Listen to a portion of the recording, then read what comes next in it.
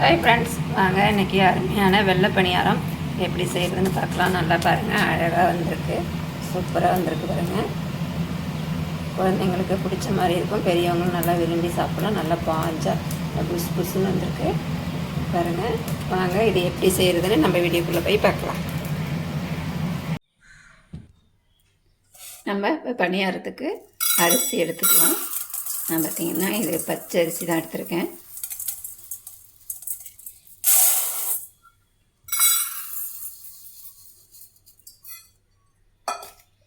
இதால் 2 கப் எடுத்திருக்கேன்.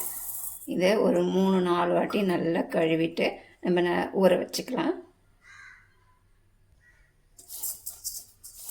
பாருங்க, நல்லா கழுவிட்டு வந்தாச்சு. இப்போ தண்ணியை ஊற்றி நம்ம ஊற வச்சுக்கலாம்.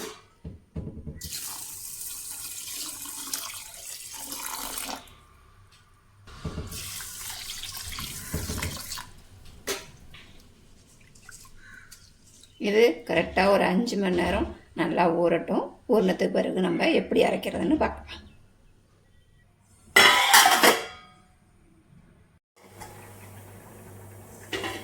நம்ம ஊற வச்ச அரிசி நல்லா ஊறிடுச்சு. இதை தண்ணியை வடிகட்டிட்டு அரைச்சிக்கலாம்.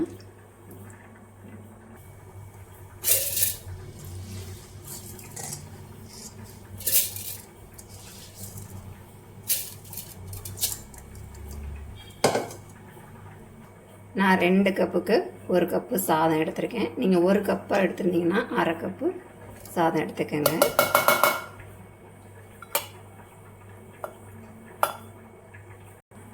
அதே கப்பால் 1 கப்பு தேங்காய், மேலே உள்ள கருப்பு உள்ள கருப்பெல்லாம் இல்லாமல் திருவி எடுத்துக்கோங்க. கருப்பு இல்லாமல் திருவி எடுத்துக்கோங்க.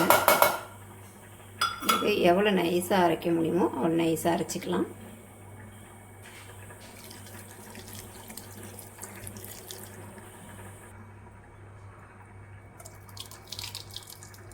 ரொம்ப தண்ணியாக இல்லாமல் ரொம்ப திக்காக இல்லாமல் அரைச்சிக்கலாம்.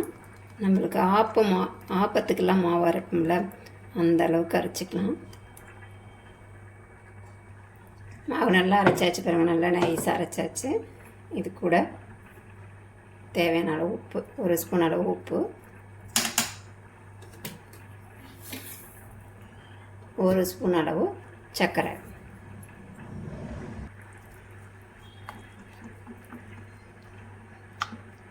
நல்லா இந்த மாதிரி கை வச்சு நல்லா கலக்கி விட்டுக்கலாம்.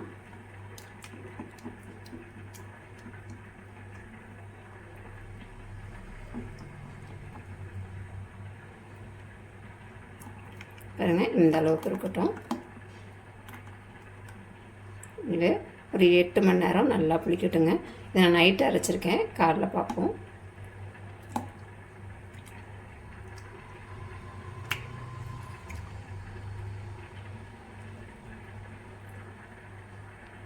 மூடி போட்டு மூடி வச்சிடலாம். ரொம்ப தண்ணியாக அரைச்சிடாதீங்க. திக்காக இருந்தால் கூட தண்ணி ஊற்றி கலந்துக்கலாம்.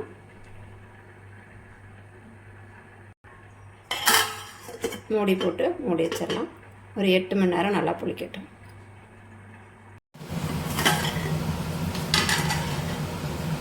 பாருங்கள், மாவு நல்லா புளிச்சிருக்கு. இப்படி எடுத்து பார்த்தீங்கன்னாலே உங்களுக்கு நல்லா தெரியும். இது நல்லா கலந்து விட்டுக்கலாம். பாருங்க, மாவு நல்லாவே பிடிச்சிருக்கு.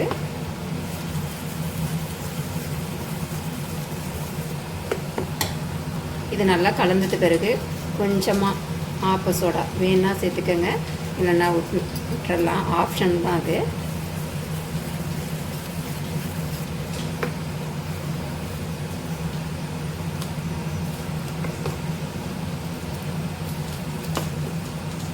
எனக்கு மாவு கரெக்டாக இருக்குது, திக்காகவும் இல்லை தண்ணியாகவும் இல்லை, கரெக்டாக இருக்குது. உங்களுக்கு ரொம்ப திக்காக இருந்தால் தண்ணி கொஞ்சம் சேர்த்துக்கோங்க.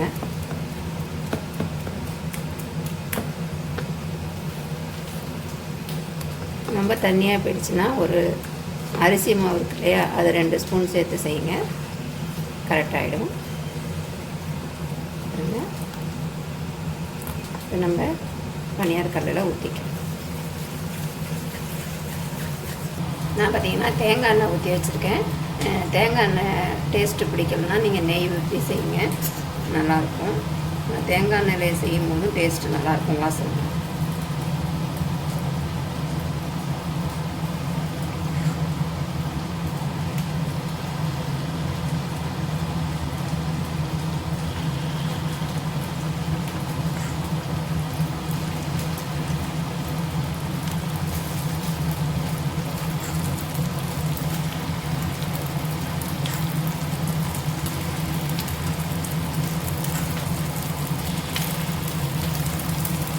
இது பணியாரத்தை ஊற்றி முடித்தோன்னா அடுப்பை ஸ்லோவிலே வச்சுடுங்க, இல்லைன்னா கருகிடும்.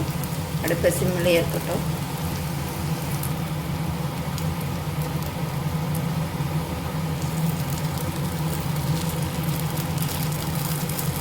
அவ்வளோதாங்க, இதை திருப்பி போட்டுக்கலாம். அழகாக திரும்புது பாருங்கள், சூப்பராக வந்திருக்கு. குண்டு குண்டாக அழகாக இருக்கு பாருங்கள்.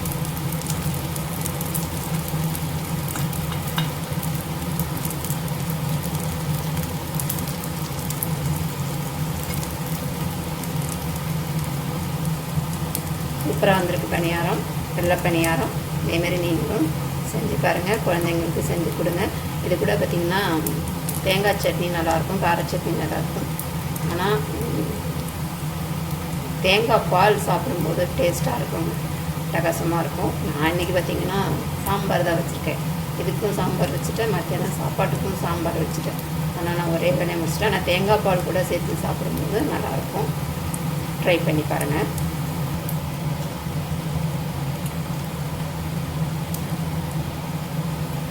நல்லா வெந்துருச்சு. இப்போ நம்ம எடுத்துக்கலாம். நீங்களும் இதேமாரி செஞ்சு பாருங்கள். வீடியோ பிடிச்சிருந்தா லைக் பண்ணுங்கள், ஷேர் பண்ணுங்கள், கமெண்ட் பண்ணுங்கள், மறக்காமல் சப்ஸ்கிரைப் பண்ணுங்கள். இன்னொரு வீடியோவில் சந்திப்போம்.